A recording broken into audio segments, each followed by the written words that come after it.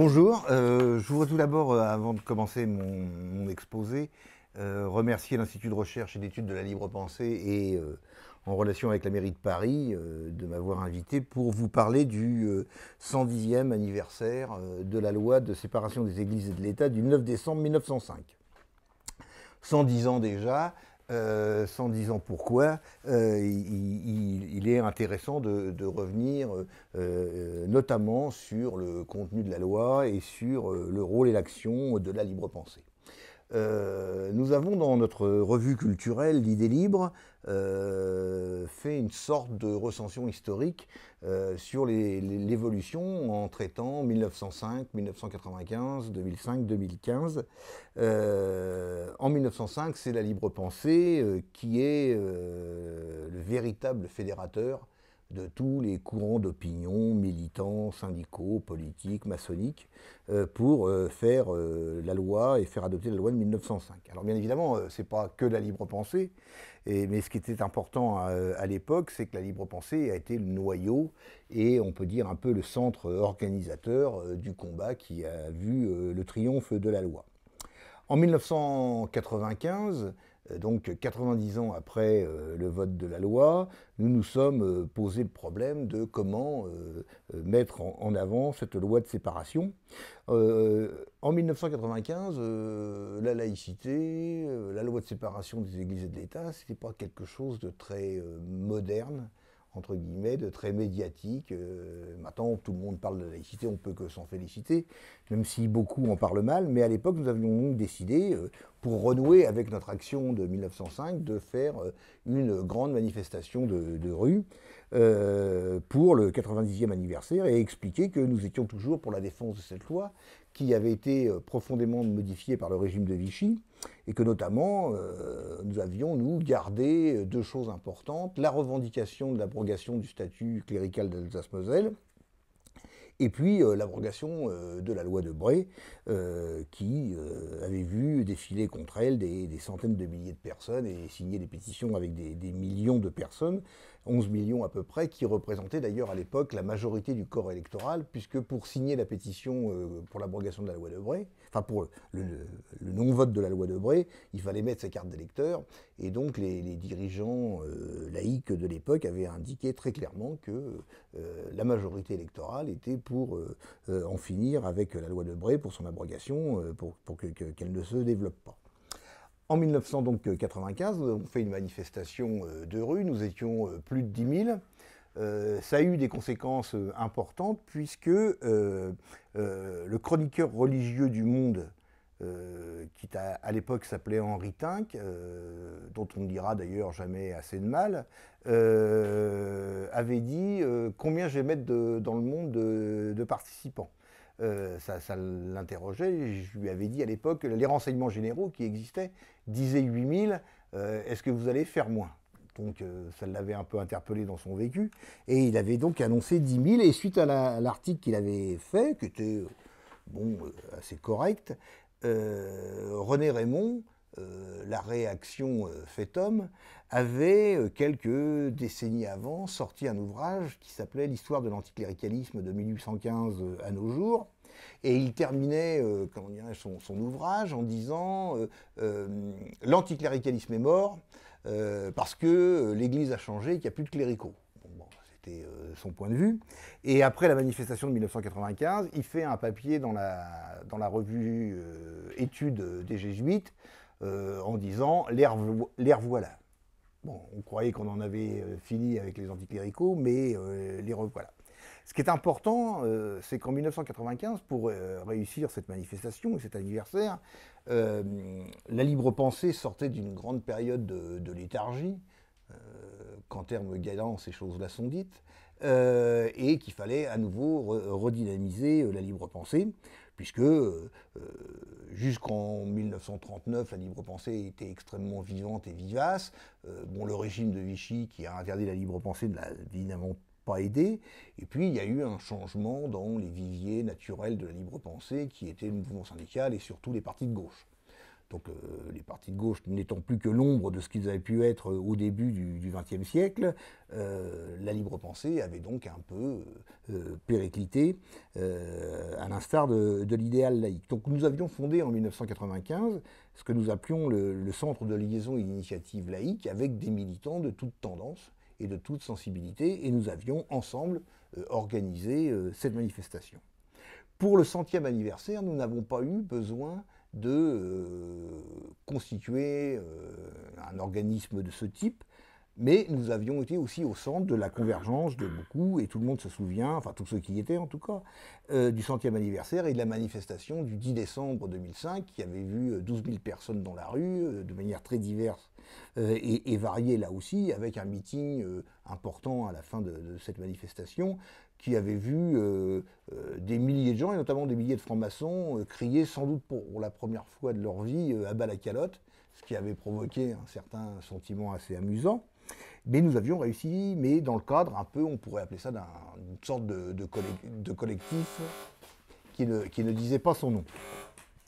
En 2015, pour le 110e anniversaire, nous avons fait tout à fait autre chose. C'est la libre pensée qui, en janvier 2015, toute seule, a appelé à une manifestation qui devait avoir lieu le 5 décembre. Et nous avons, pendant toute l'année, contacté tel syndicat, tel parti, telle organisation laïque. Et la manifestation du fait de l'état d'urgence n'a pas pu se tenir. Et nous avons transformé, grâce à la mairie de Paris, cette tentative en un essai fructueux dans le gymnase Japy, donc, où nous étions près de 2500 à nous rassembler sur un mot d'ordre central qui était l'abrogation de la loi de Bray, c'est-à-dire que nous déclinions l'actualité de la loi de séparation des églises et de l'État sur un aspect qui était le non-financement public des cultes et donc des œuvres et l'enseignement catholique qui représente 97% de l'enseignement privé en France et largement financé à hauteur de près de 10 à 12 milliards d'euros de fonds publics tous les ans. Et nous avions donc décidé dans ce meeting de mettre au centre cette question de l'abrogation de la loi de Bray, qui est une question centrale. Ce qui est très intéressant, c'est que quand on voit dans un rapport égalitaire, les associations qui ont participé à ce meeting, hein, il y avait la Ligue de l'enseignement, il y avait la Ligue des droits de l'homme, l'Union rationaliste, d'autres organisations comme Laïcité Liberté ou l'Association pour le droit de mourir dans la dignité, des organisations syndicales nationales de la CGT, de Force ouvrière, ça donnait quand même une dimension extrêmement importante, réunie autour de l'initiative de la libre pensée. Et toutes ces associations ont manifesté, bien sûr, des fois des nuances, des approches différentes, mais un accord total sur la question de l'abrogation de la loi de Bray, même si certaines ne mettent pas ça au centre de leur activité, mais tout le monde était d'accord pour dire ça. Et ça a été quelque chose d'extrêmement important, et quand on compare le 90e anniversaire, le 100e et le 110e, on s'aperçoit que la libre pensée a véritablement été le moteur de ça, et a renoué réellement avec son histoire, et qu'elle a été, en quelque sorte, selon une formule un peu consacrée, le centre de l'union laïque, c'est-à-dire le moteur de ce rassemblement. Quand vous mettez en même temps et à côté, sur un point de vue identique et rassemblant, la Ligue libre pensée, la Ligue des droits de l'homme, la Ligue de l'enseignement et l'Union rationaliste, vous avez les 4 organisations historiques de la laïcité. Bon. À côté de ça, il en manquait une 5e, qui était le Grand Orient de France, qui au début devait y participer, puis après, pour des problèmes plutôt internes et de relations politiques, s'est retiré. Mais le socle des associations historiques de la laïcité était présente. Et ça, c'est quand même quelque chose d'important. Ça n'a pas toujours été le cas d'avoir de bonnes relations avec la Ligue de l'enseignement, avec la Ligue des droits de l'homme. Chacun a eu une histoire un peu tumultueuse, mais ce qui est extrêmement important, c'est que la situation a permis en fait qu'on se retrouve et qu'on renoue des liens et qu'on agisse ensemble. Donc ça, c'était un peu le contexte qui a abouti au 110e anniversaire de la loi, et nous en sommes très satisfaits. Alors pour revenir sur la loi de 1905, Ce qui est très important, c'est de voir que cette loi imposait une question et un principe, et l'a établi et l'a réalisé, c'est le respect absolu de la liberté de conscience. Pour revenir à ce contenu, on peut faire un retour en arrière sur la Révolution française, quand la Révolution adopte la Déclaration des droits de l'homme et du citoyen, le 26 août 1789, elle pose une affirmation. Il y a un parallèle, c'est l'homme a des droits uniquement parce qu'il est homme et tous les hommes sont égaux en droit. C'est une affirmation. Ça casse avec l'Ancien Régime, où bien évidemment l'homme n'est pas un citoyen, c'est un sujet, et il n'a que des devoirs envers son créateur, c'est-à-dire Dieu, mais comme personne, à part Claudel derrière sa colonne dans l'église, ne l'a rencontré, mais tout le monde connaît bien évidemment, par contre, le représentant de Dieu sur terre, qui s'appelle l'Église catholique. Et donc, les devoirs envers Dieu, c'est surtout des devoirs envers l'Église catholique. Donc les révolutionnaires disent on crée le citoyen, l'homme a des droits, pour la seule raison, non pas qu'il est une créature de Dieu, mais qu'il est un citoyen, donc l'homme a des droits parce qu'il est homme. Et tous les hommes sont égaux en droit. Mais si la révolution s'arrête là, elle a fait une pétition de principe excellente, révolutionnaire, hein, mais ça ne fait pas avancer le schmilblick de manière extraordinaire. Bon. Et que fait la Révolution, puis plus tard la République, c'est que pour assurer l'égalité en droit, il faut qu'il y ait des droits. Donc il faut les créer et il faut donner les instruments et les moyens de faire ces droits. Et ce qui est consubstantiel à la notion de droit et d'égalité des droits, c'est le fait qu'il y a la création par la Révolution puis la République de services publics. Le droit à l'instruction, par exemple, ne peut exister que si vous avez une école publique. Le droit à la santé, aux soins, en tout cas, pas à la santé, mais le droit aux soins, ne peut exister que si vous avez des médecins, que si vous avez des hôpitaux. Le droit à des enterrements civils, ça veut dire aussi des cimetières municipaux et non plus des cimetières liés à la botte de l'Église. Donc, vous créez des droits, mais s'il n'y a pas un outil qui vous permet de les mettre en application, ces droits, eh bien, ça reste dans le domaine du vœu pieux. Donc, il y a une idée, un principe, et il y a un outil. L'idée, c'est l'égalité en droit. L'outil, c'est les services publics. Et d'ailleurs, il faut noter qu'aujourd'hui, du fait des politiques économiques de la Banque mondiale, du FMI et de l'Union européenne, on assiste à une privatisation des services publics. Hein, une marchandisation, on peut même dire. Dans l'Ancien Régime, et c'est important d'avoir un peu ce recul, dans l'Ancien Régime, bon, l'État n'a que des fonctions régaliennes. Hein, la police, l'armée, la justice et la diplomatie. Tout le reste de ce qui peut caractériser un État moderne, c'est-à-dire l'école, l'instruction, les hôpitaux, les soins, la santé, et même la collecte de l'impôt, tout ça est dévolu à des organismes de rang inférieur, qui sont soit l'Église pour, alors on ne va pas dire pour l'instruction, mais pour la non-instruction. Bon, parce qu'à l'époque, 95% des gens ne savent ni lire ni écrire, et encore moins compter. Les soins, c'est dans les hôpitaux, dans l'hôpital Dieu, dans tous les hôpitaux Dieu qui ont été faits pour les pèlerinages. L'impôt, c'est-à-dire que cette collecte, elle est faite par les fermiers généraux qui se servent allègrement au passage. Donc, hormis la guerre, la police, l'armée et la diplomatie, l'État confie à des organismes de rang inférieur les missions qui normalement devraient être dévolues à un État moderne. Bon, et ben aujourd'hui, par le principe de subsidiarité, qui est le principe issu de l'Ancien Régime, et ben on assiste exactement à la même chose, puisqu'on confie au secteur marchand, alors c'est plus tellement à l'Église, sauf dans le domaine de l'éducation et de l'instruction, mais dans les autres domaines, c'est surtout le secteur marchand, on privatise les services publics, on les confie à des organismes de rang inférieur, et tout ça, on démantèle le service public. Donc c'est une conception qu'on a aujourd'hui, qui est une conception qu'ils ont, les institutions, tout à fait réactionnaire et rétrograde. On en revient à une situation hantée au 26 août 1789 et le mouvement que ça avait développé du point de vue des droits, de la démocratie, de l'égalité. Quand les républicains, en 1905, se posent le problème d'en finir avec le concordat bonapartiste de 1801, qui a été étendu par les actes organiques en 1804 et 1808, qui fait le concordat, une chose, c'est que les deux confessions protestantes, la religion catholique et la religion de la majorité des Français, et la religion israélite, ces religions-là, sont des services publics. Et les prêtres, les rabbins, les pasteurs sont des fonctionnaires, et donc ils sont assimilés, ils sont payés comme des fonctionnaires. D'ailleurs, à la fin de leur travail, ils sont considérés, ils touchent la pension, ils sont en retraite, donc ce sont des fonctionnaires. Les religions sont des services publics, les religieux sont des fonctionnaires. Tout, dans le cadre du concordat, est mélangé. Et il n'y a pas de secteur privé, il n'y a pas de service public, tout ça forme une seule entité.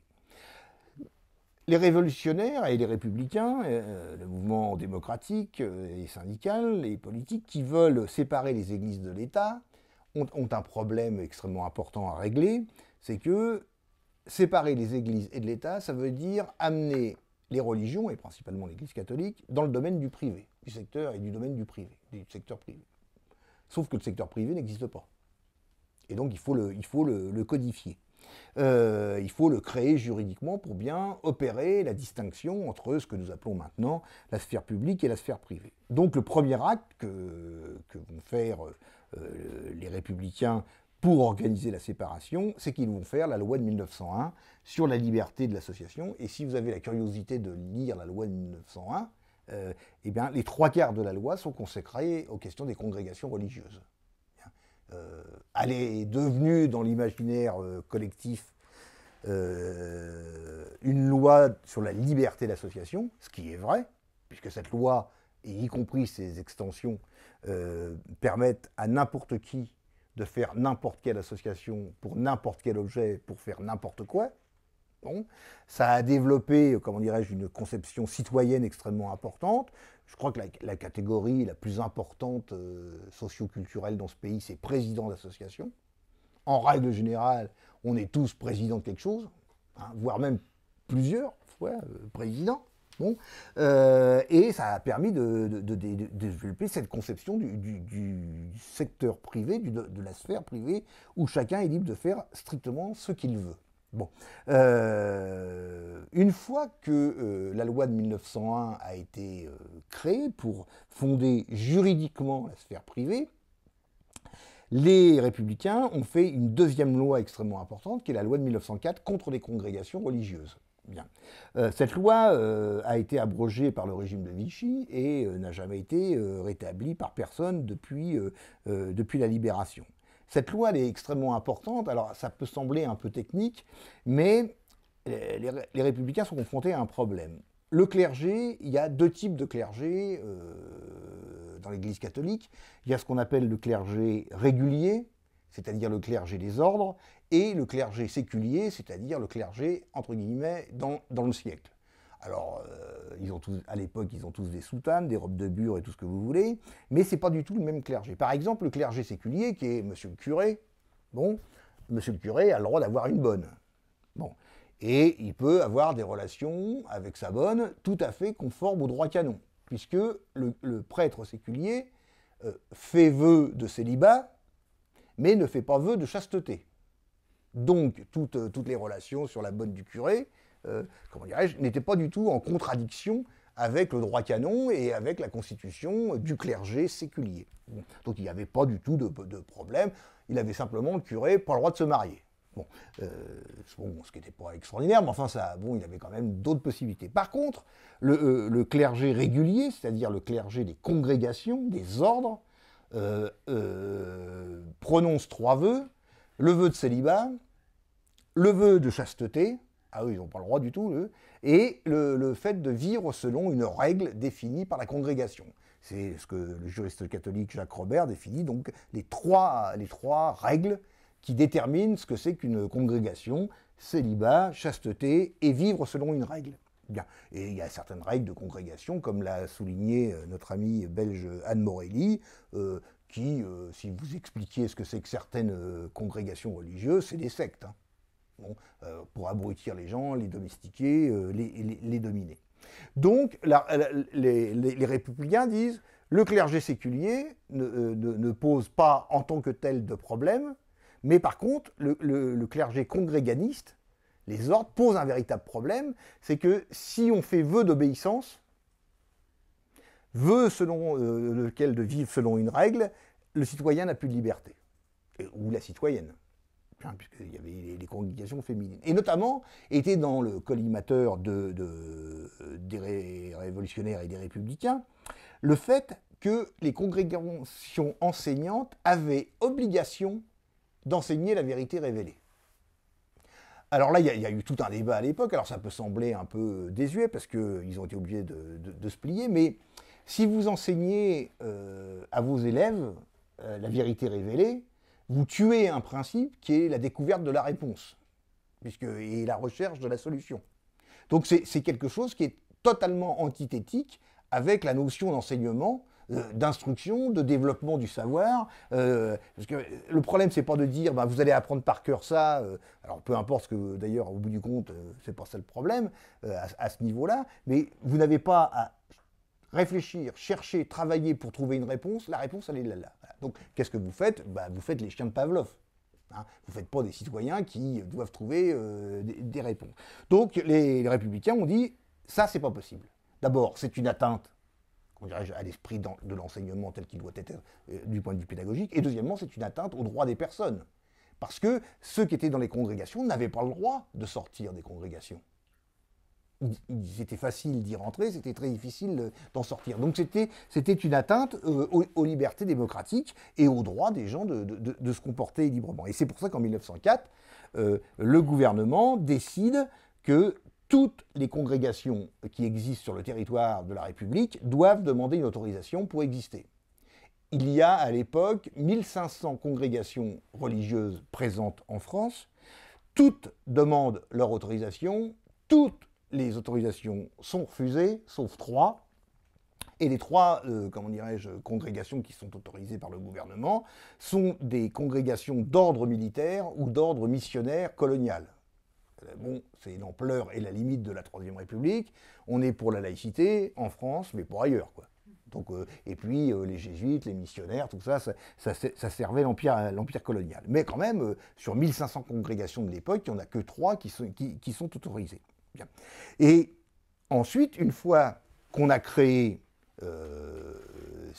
la loi de 1901 qui codifie juridiquement la sphère privée, une fois qu'on a réglé le problème des ordres religieux et des congrégations, sans toucher au clergé séculier, c'est-à-dire au curé de tout le monde, de monsieur tout le monde, les républicains disent on va maintenant procéder à la séparation des églises et de l'État, c'est-à-dire qu'on va déterminer un domaine qui est un domaine de la sphère publique, et un domaine qui est la sphère privée, et avec une très nette séparation entre les deux domaines.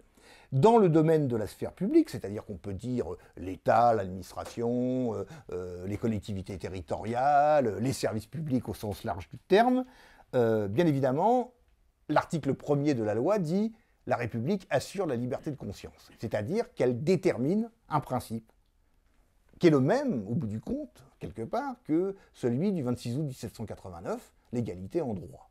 Donc la République affirme un principe, la liberté de conscience doit être respectée pour tous les citoyens et citoyennes de ce pays. Mais s'il n'y a pas un moyen, un outil, pour mettre en œuvre ce respect de la liberté de conscience, ça reste un vœu pieux. Donc, et là, on aboutit à quelque chose de très fort. L'article 2 de la loi crée l'outil pour faire respecter la liberté de conscience. Et ce qui est dit l'article 2 de la loi, c'est en conséquence, c'est très important, donc en conséquence du respect absolu de la liberté de conscience, la République ne reconnaît, ne salarie ni ne subventionne aucun culte. C'est-à-dire que la République, dans toutes ses déterminations publiques, ne reconnaît pas, ne subventionne pas, ne salarie pas les cultes. Qu'est-ce que ça veut dire? Parce que là, après, il y a eu des débats de jésuites, ne reconnaît pas les cultes. Ça ne veut pas dire qu'elle ne connaît pas les cultes. Elle ne les reconnaît pas. Vous êtes parents, père et mère, hein, ou que père ou que mère. Bon. Vous reconnaissez un enfant. Quand vous reconnaissez un enfant, c'est pas le dire « Tiens Marcel » ou « Tiens Georgette, bonjour, je te reconnais hein. ». Comme disent les nordistes, je te reconnais, t'es de main coin. Bon, c'est pas ça du tout. Reconnaître, c'est un terme juridique qui fait que quand vous donnez votre nom, que vous reconnaissez un enfant, vous lui ouvrez des droits.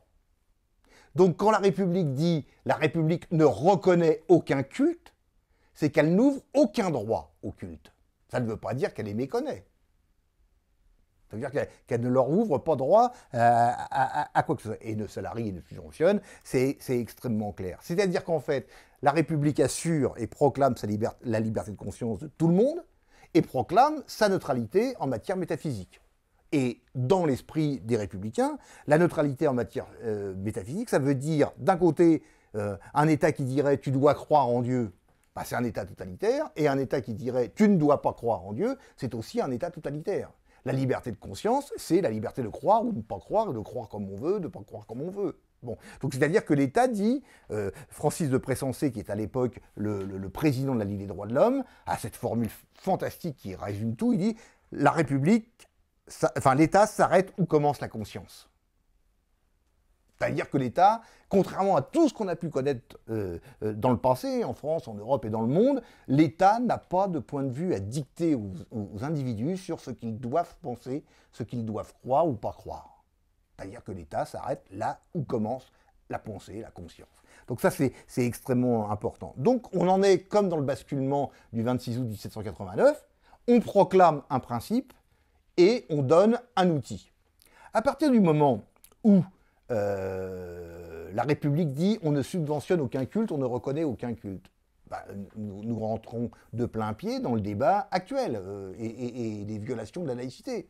Quand, par exemple, à la mort de Jean-Paul II, on met les drapeaux de la République en berne, bon, ça veut dire qu'on reconnaît un culte. Alors, les réacs, les cathos, de droite comme de gauche, disent mais on n'a pas salué, on n'a pas mis les drapeaux de la République en berne pour un chef religieux, on a mis ça pour un chef d'État. Bon, ce qui est complètement faux, parce que c'est pas parce qu'un chef d'État meurt, comment dirais-je, qu'automatiquement les drapeaux de la République sont en berne. Hein, parce que si on le fait pour un, il faut le faire pour tous, si c'est ça l'argument. Bon. Donc tout ça c'est un mensonge, donc c'est bien parce que c'est l'État du Vatican, enfin, qu'on appelle le Saint-Siège, que, en fait, c'est un hommage de la République à un chef religieux. Donc ça, c'est une hypocrisie. Deuxièmement, comme le rappelait notre regretté président Marc Blondel, si vous nous dites que c'est un État, bon, bah, on va discuter, le Vatican, de quel État, de quel type d'État c'est. Bon, alors, on peut s'amuser. Hein. Alors d'abord, premièrement, ça va surprendre le public, mais le Vatican, si on considère que c'est un État, il faut considérer que c'est le premier État communiste du monde. Parce que vous avez quand même dans le discours réactionnaire et antisocial et antidémocratique actuel, vous avez, par exemple, il y en a qui disent qu'à partir du moment où dans une société, vous avez plus de 30% de fonctionnaires dans un État, dans un pays, vous êtes dans un État communiste. Hein, c'est les théories du libéralisme et tout ça. Bon. Alors bon, on peut penser ce qu'on veut de cette affirmation, mais enfin, si on applique ça à l'État du Vatican, le problème au Vatican, c'est qu'il y a plus de fonctionnaires que de citoyens. Hein, parce que pour avoir la citoyenneté vaticane, bon, si vous n'êtes pas criminel de guerre nazie en fuite, vous ne l'avez pas. Hein, bon. Donc il y a au Vatican plus officiellement de fonctionnaires que de citoyens. Alors si à 30% vous êtes dans le communisme, donc à 120, 150, 200%, vous êtes dans quoi? Bon. Par ailleurs, si c'est un État qui n'a ratifié aucune déclaration des droits de l'homme internationale et universelle. Hein, c'est un État qui n'a ratifié aucune directive du Bureau international du travail. Bon, un État qui ratifie aucune déclaration des droits de l'homme et qui refuse de transcrire les directives de l'OIT, bah, c'est un État réactionnaire, patronal, fasciste, dictatorial. Bon, donc ça pose quand même un problème. En plus, cet État-là, vous n'avez pas le droit, c'est un État dans lequel vous n'avez pas le droit d'être non catholique. Il n'y a pas de non catholique à l'État du Vatican. Oui, enfin, là, je ne parle pas de la doctrine, hein, mais je parle du... Deuxièmement, c'est un pays dans lequel il est interdit d'être syndiqué, il est interdit de faire grève, Hein, donc, si vous additionnez, c'est pas un État qui reconnaît les droits de l'homme, c'est pas un État qui reconnaît le droit social, c'est pas un État qui permet le droit de se syndiquer librement et le droit de faire grève, bah, c'est un État fasciste. Donc alors, on en revient au point de départ. Bah, quand on met les drapeaux de la République en berne pour saluer la disparition d'un chef de cet État-là, bon, bah, pourquoi pas le mettre pour Pinochet aussi, hein. Bon, donc on voit bien que ça pose toute une série de questions et que c'est une pure hypocrisie. Donc c'est intéressant de voir que les violations de la laïcité, quand par exemple on finance l'Église catholique à 97% de son enseignement, de l'enseignement privé qui est l'enseignement catholique, quand on met 10 à 12 milliards par an pour l'enseignement catholique, l'enseignement catholique, c'est pas un enseignement comme ça. L'Église, vous étudiez les textes, l'enseignement catholique fait partie du magistère et fait partie du prosélytisme et des œuvres de l'Église catholique. C'est pour ça d'ailleurs qu'il y a toujours des conflits au sein de l'Église catholique, parce qu'à un moment donné, vous avez les directeurs des OGEC, qui sont les organismes de gestion de l'enseignement catholique, qui à un moment donné, veulent faire du fric, veulent avoir de la clientèle, veulent faire toute une série de choses.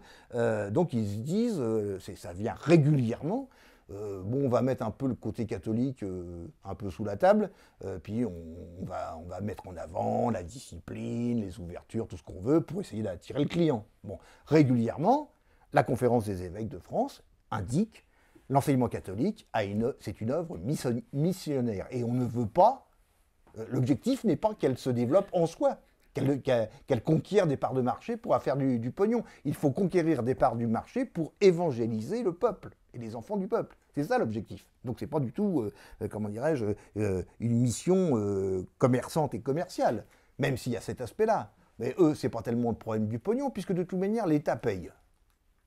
Hein, donc, quand vous versez l'État, les collectivités territoriales, communes, départements et régions, quand vous versez 12 milliards, ils peuvent faire un peu, ils peuvent faire un peu ce qu'ils veulent. Donc, c'est une violation.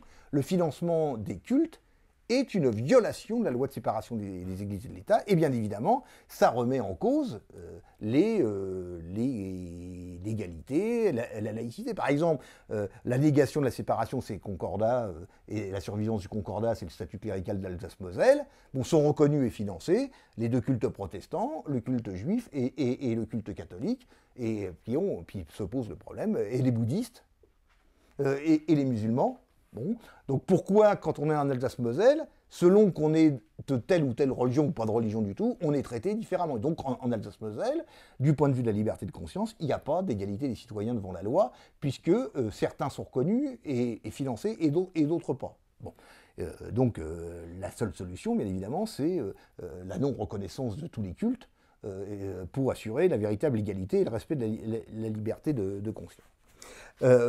Autre aspect qui, d'une certaine manière étonnante et très intéressant, mais revient dans le débat aujourd'hui,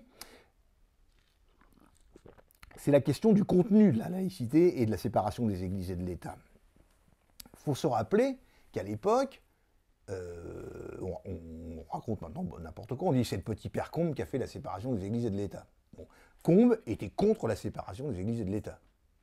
D'ailleurs, il a chuté à cause de ça. Il était contre parce que lui, il était pour le maintien du concordat pour contrôler les églises, l'église catholique. Et il avait cette formule qui était juste d'ailleurs, qui paye commande.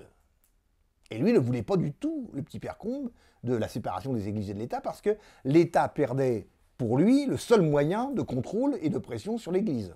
Bon.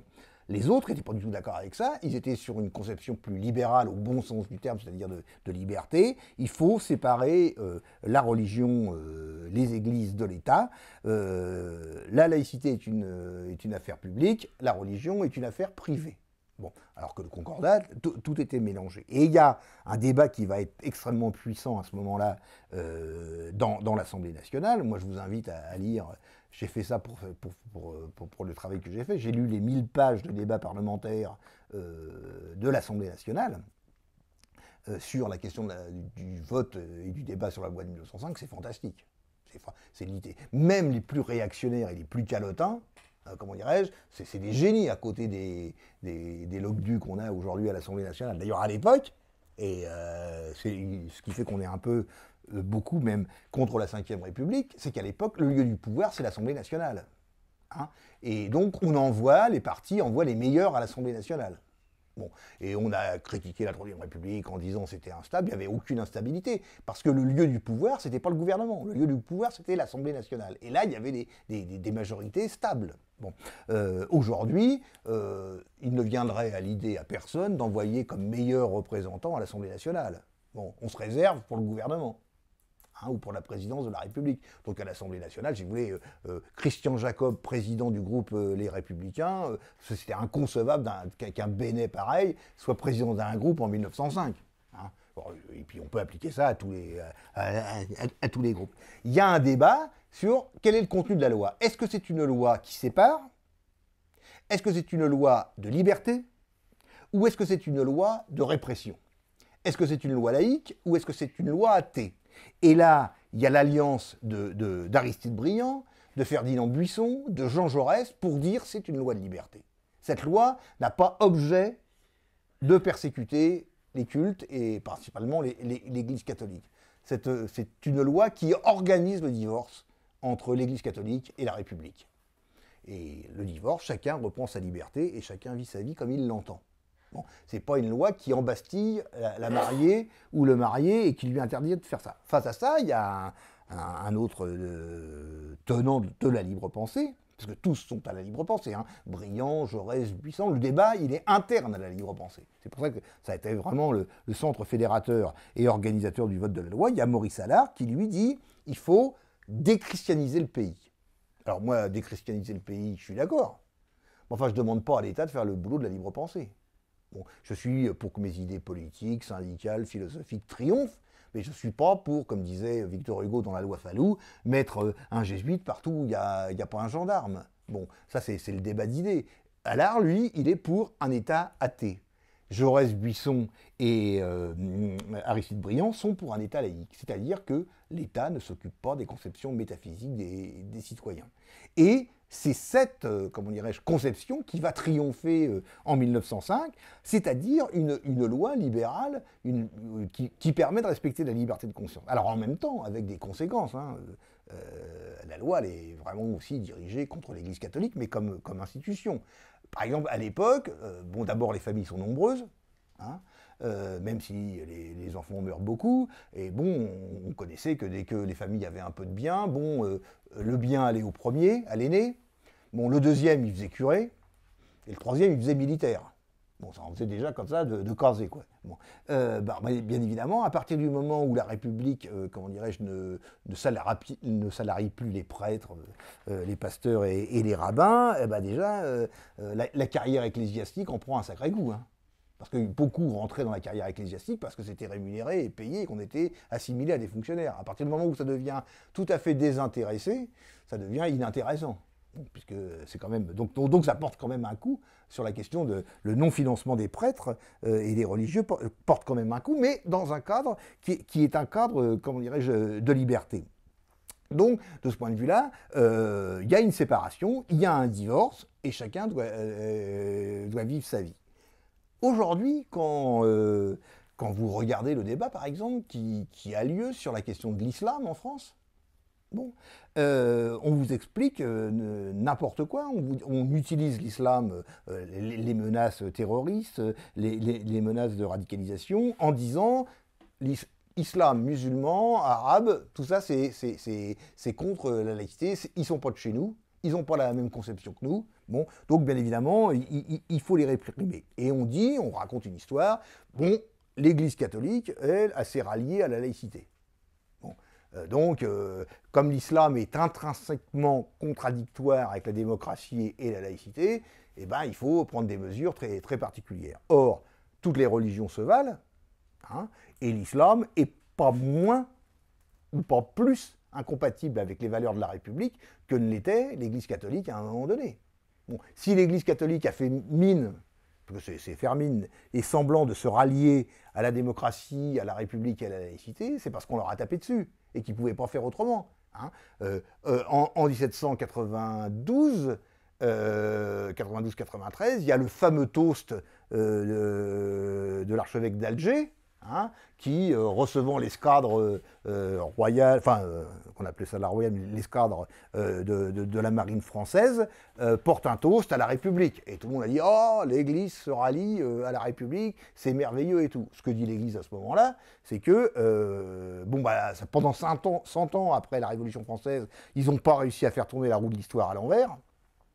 Ils ont essayé, ils ont été de tous les complots, de toutes les opérations politiques contre la Révolution, contre la République, contre tout ça. Puis à un moment donné, au bout de 100 ans, ils s'aperçoivent que, comment dirais-je, ça n'a pas marché. Et c'est là qu'ils font, en 1891, la fameuse encyclique Rerum Novarum, qui est en fait une doctrine sociale pour dire aux bourgeois, aux patrons et aux capitalistes, regardez, on pourrait trouver un accord ensemble, nous on domine les ouvriers, on empêche la Révolution, et puis on retrouve une place dans l'État. C'est ça le ralliement de l'Église à la République.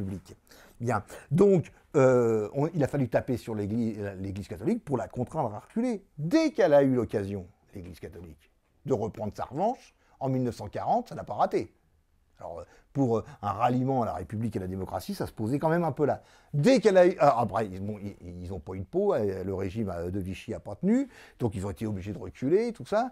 Et puis dès qu'ils ont repu, ils ont repris la loi de Bray, c'était une loi de revanche du cléricalisme et de l'Église catholique contre l'école publique. Donc dès qu'ils peuvent, l'enseignement catholique, dès qu'ils peuvent récupérer des parts de marché, des financements, reprendre une place dans la sphère publique, une place dans la société et dans l'État, ils n'hésitent pas. Donc ça n'est pas ni plus ni moins incompatible qu'avec l'islam. Donc le problème qu'il faut faire, c'est qu'il faut taper sur la tête de l'islam. Et il faut les contraindre, comment dirais-je, à respecter les lois de la République, avec cette particularité un peu étrange, enfin un peu particulière, c'est que c'est pas non plus, comment dirais-je, n'importe qui qui est musulman dans ce pays. Hein. Bien sûr, il y a les princes du Qatar et l'Arabie Saoudite, mais enfin, ça ne constitue pas la majorité du corps social des musulmans. C'est quand même des gens qu'on a exploités. Et là, c'est très intéressant. On va faire un colloque bientôt, le 16 avril, sur islam et laïcité. On va rappeler quand même que la loi de 1905, elle avait prévu d'étendre la séparation dans les 3 départements d'Algérie. Parce qu'on vous raconte maintenant, il n'y avait pas l'islam en France à l'époque, or il n'y avait pas de musulmans dans la France, donc c'est pour ça que ça n'a pas été appliqué. C'est pas vrai. À l'époque, en 1905, il y avait 10 millions de musulmans dans la République française. 2 fois plus que ce qu'il y a actuellement. Bon. Et l'article 44 de la loi, comme on dirait, disait très clairement qu'il fallait étendre la loi de séparation au culte musulman et dans les 3 départements d'Algérie. Parce qu'on nous a expliqué, l'Algérie c'est la France, donc les 3 départements c'était la France. Bon. Or, quand on relit l'histoire, on s'aperçoit qu'en fait, qui a refusé d'étendre la loi de séparation des églises et de l'État aux 3 départements d'Algérie, donc aux 10 millions de musulmans? C'est d'abord l'État, c'est les pieds noirs, c'est les colonisateurs, c'est les capitalistes, parce que ça leur convenait beaucoup mieux de garder le statut de l'indigénat, qui permettait que les imams, contrôlés et financés par l'État français, contrôlent les populations algériennes pour maintenir le truc. Donc c'est quelque chose de tout à fait réactionnaire.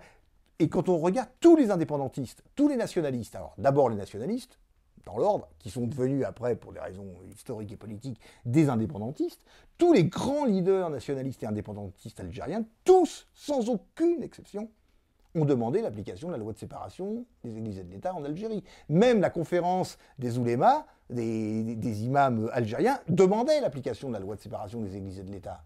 Donc c'est en fait les pieds noirs, les colonialistes, tous ceux qui avaient un intérêt économique en Algérie, c'est eux qui ont refusé.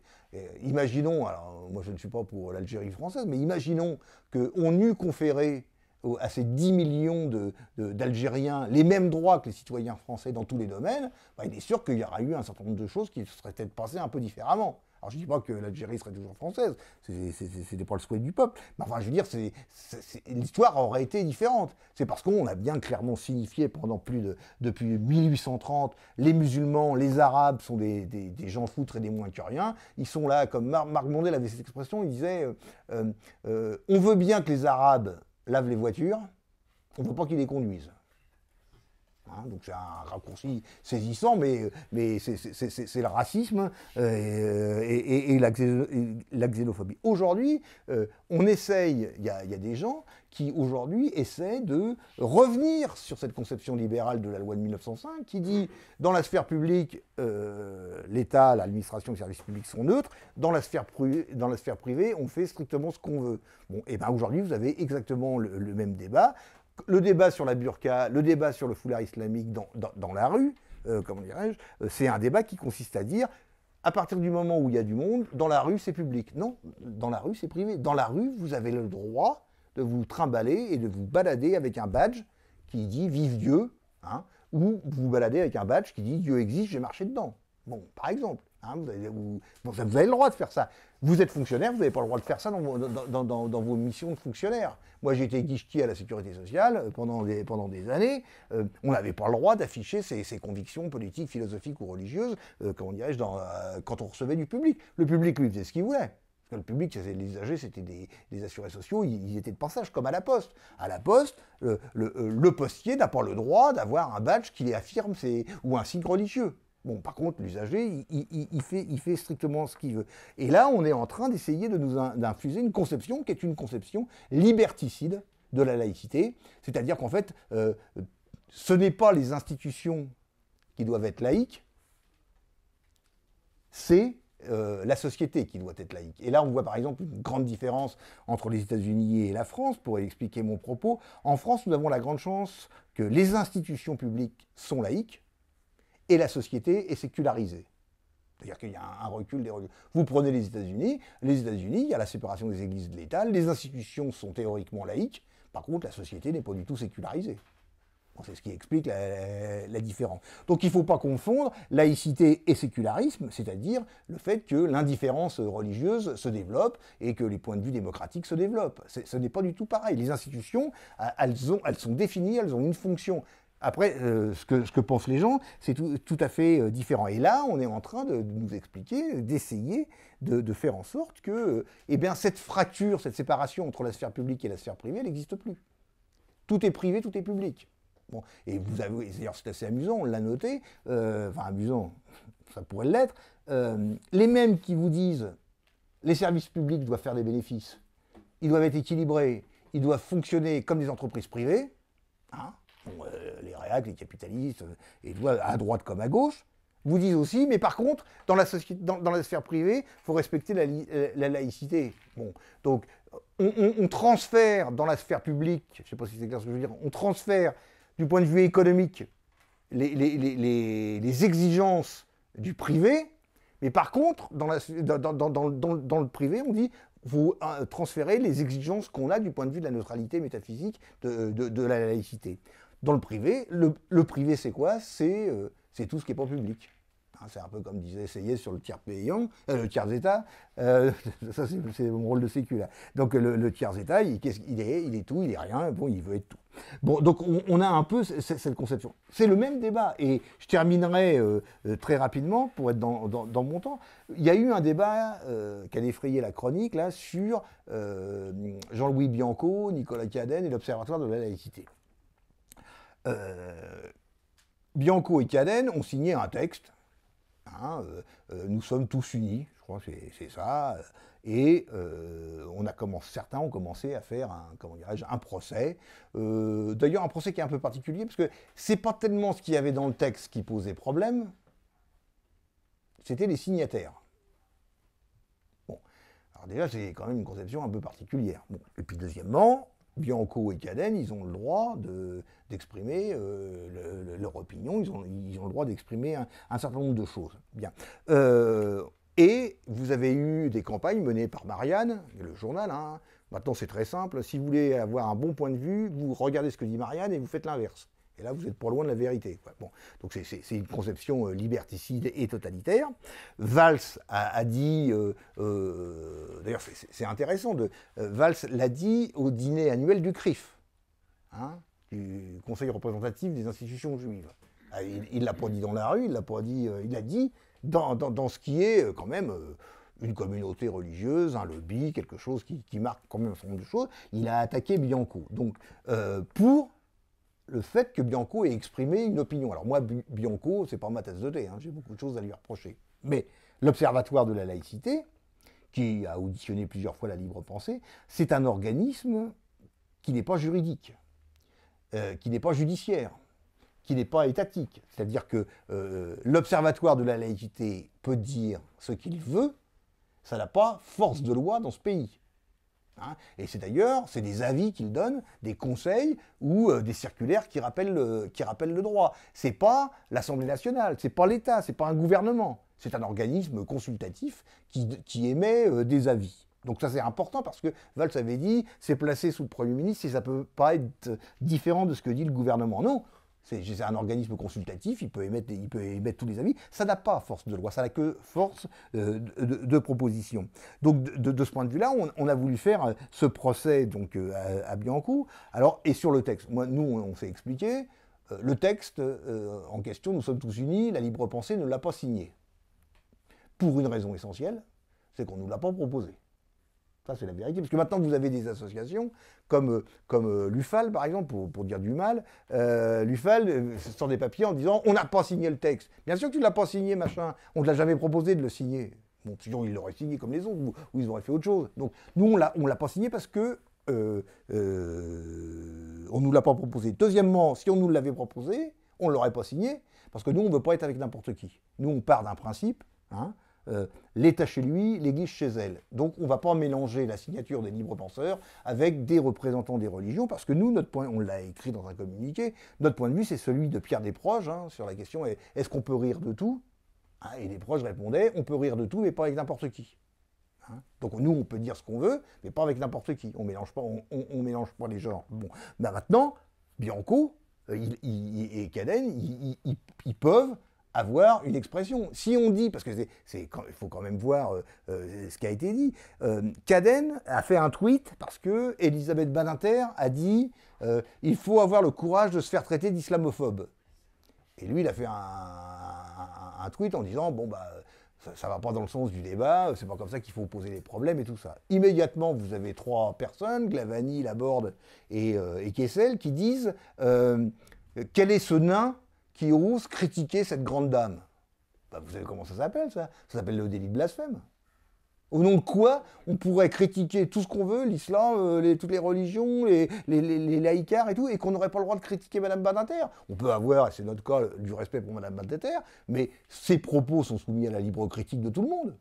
Ou alors, s'il y a des gens qui sont au-dessus de la critique, bah, dis donc, on n'est pas dans une démocratie quand même. Donc ça pose quand même des problèmes. Et d'ailleurs, ce qui est intéressant dans ce débat-là, c'est qu'on a agi. Valls a mangé son chapeau, il a reçu Bianco. Je vous invite à lire la revue de presse de Mediapart qui raconte ça tout à fait en détail. Et Valls a reçu Bianco en disant félicitations, continue ce que tu fais. C'est-à-dire exactement l'inverse de ce qu'il a dit au dîner du CRIF. Donc ça veut dire que Hollande, comment dirais-je, lui a tiré l'oreille en disant ça va. Parce que tout le monde a bien vu une chose, c'est que tout ça n'est pas sans rapport avec le problème des primaires au Parti Socialiste. Parce que Valls, bon, on sent quand même qu'il a envie, quoi. Bon, et comme il faut être derrière Hollande, ça pose toute une série de problèmes. Mais ce qui est intéressant, c'est de voir que là aussi, c'est constituer un bloc avec la Ligue des droits de l'homme, la Ligue de l'enseignement, l'Union rationaliste, la libre pensée, sur des questions de principe. Hein, sur des questions, c'est une loi de liberté de conscience. Si c'est la liberté de conscience, qu'on soit d'accord ou pas d'accord, on a le droit de s'exprimer. Si on ne peut plus s'exprimer parce que c'est pas dans le cadre de la pensée unique, ça pose un véritable problème. C'est comme le problème de... nous sommes contre le voile et la burqa dans l'administration, dans les services publics, dans la rue, ça ne nous pose aucun problème. Bon, alors c'est pas qu'on aime ça, parce que je l'ai expliqué au banquet de Paris qu'on a fait. Moi, quand j'étais jeune, j'étais pour les cheveux longs et les mini-jupes. Hein, dire les jupes courtes, quoi, et les cheveux longs. Pas l'inverse, hein. Bon, pas les jupes longues et les cheveux courts. J'avais tendance à, et j'ai toujours tendance d'ailleurs à penser, j'espère que je choquerai personne, que les boules à zéro et les cheveux en brosse, c'était les réacs et les fachos. Bon, j'ai le droit de penser ça. J'ai le droit de penser que les cheveux longs, c'était une marque de libération, que les mini-jupes, c'était une marque de libération. Mais si je pense ça, je dois admettre que ceux qui ont un point de vue différent peuvent aussi l'exprimer. Parce que sinon, ça veut dire, je n'autorise la liberté d'expression que pour ceux qui sont d'accord avec moi. Bah ça, c'est le premier dictateur venu fait ça. le premier dictateur ne critique pas, laisse tous ceux qui sont d'accord avec lui s'exprimer. Le problème, c'est laisser s'exprimer ceux qui ne sont pas d'accord avec vous. Hein, on a cité à cette occasion la fameuse formule de Rosa Luxembourg, la liberté, c'est toujours la liberté de celui qui pense autrement. Et bien là, on est en train de vous expliquer qu'il y aurait, comment dirais-je, une pensée unique, hein, qu'on baptise de gauche ou de droite, comme on veut, où il faudrait comment dirais-je, poser ça. Donc c'est ça qui c'est pour vous inviter à débattre. Dernière chose, pour en revenir à la loi de 1905, comme nous pensons que la question fondamentale, c'est cette séparation sphère publique, sphère privée, c'est pour ça que nous avons mis en avant la question de la loi de Bray, c'est-à-dire le refus du financement public des activités et des œuvres religieuses. Et ça a été le centre du meeting du 5 décembre, et c'est pour ça qu'en 2016, nous avons demandé à nos fédérations, aux autres associations qui agissent avec nous, de faire l'inventaire exact des sommes qui sont détournées des fonds publics pour les œuvres religieuses. On avait fait le 100e anniversaire en 2005, et en 2006, on avait fait le 100e anniversaire des inventaires laïcs. C'est là qu'on avait établi, toutes nos fédérations avaient travaillé, dans les communes, les départements, les régions et l'État, c'est là qu'on avait établi qu'à l'époque, il y avait 10 milliards de fonds publics qui étaient détournés des fonds publics pour financer les religions. Cette somme, d'ailleurs, n'a jamais été contestée, et c'est même, d'ailleurs, devenu la référence, quand on parle de ça, c'est la somme qu'avait définie la libre pensée. Nous voulons refaire pareil en 2016, parce que nous avons le sentiment que ces financements publics des religions ne sont pas à la baisse, mais à la hausse. Il faut savoir que, et dernière chose, il faut savoir que, par exemple, en Allemagne, il y a un impôt d'église. Cet impôt d'église date du Concordat hitlérien de 1933. On verse en France, par l'intermédiaire de la loi de Bray, autant que l'impôt d'église dû imposé par le Concordat hitlérien. Bon, donc normalement, ça devrait, comment dirais-je, interpeller le vécu d'un certain nombre de gens. Donc c'est ça, pour nous, l'actualité du combat du 110e anniversaire de la loi de séparation. Je vous remercie.